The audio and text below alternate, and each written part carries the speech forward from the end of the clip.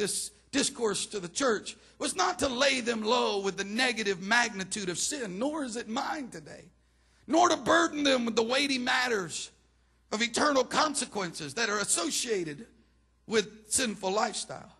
Paul simply painted the picture with bold strokes of naked truth that we might clearly see the unmistakable and magnificent mercy of the God that we serve. He said, I just want you to truly understand the length and width and depth. So let me paint the portrait and leave nothing out.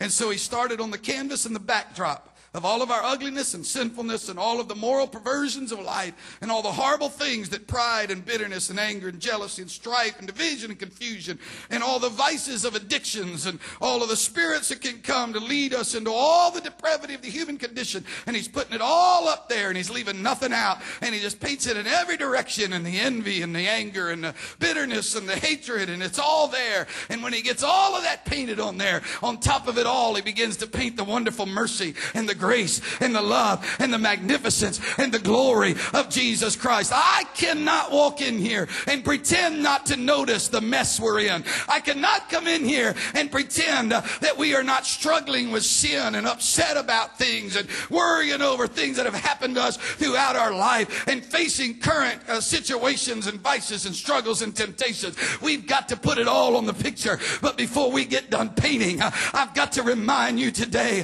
that the grace of God, but God, which is rich in mercy, with his great love, wherein he loved us. He made us alive. He brought us out. He raised us up.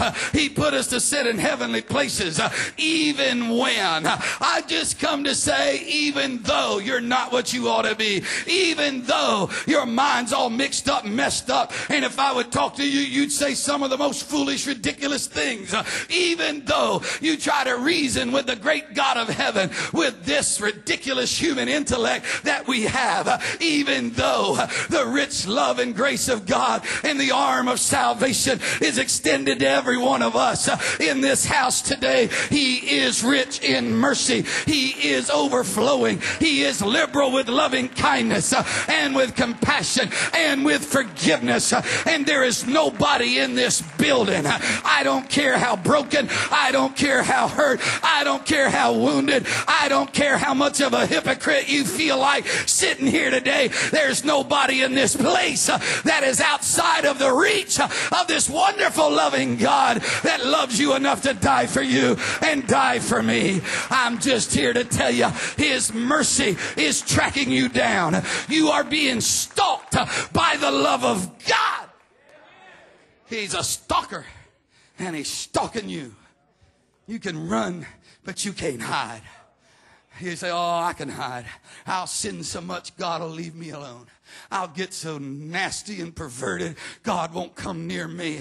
I'll get so vile, I'll get so ugly, God will leave me alone. You got to read that book. It says where sin abounds, grace does the much more abound. The faster you run, the faster grace runs. The worse you get, the better he gets. The more you sin, the greater the love of Calvary is. And I see a crimson stream of blood that flows from Calvary. It's waves which reach the throne of God are sweeping over me. I'm telling you, the red blood of Calvary can still wash a black heart and make it white as snow. I want somebody to know today, you've never done anything. There's never anything happened in your life, I don't care how ugly, that the love of God cannot wash it away. And the streams that flow out of your soul can be like crystal rivers that come from the Holy Spirit of God.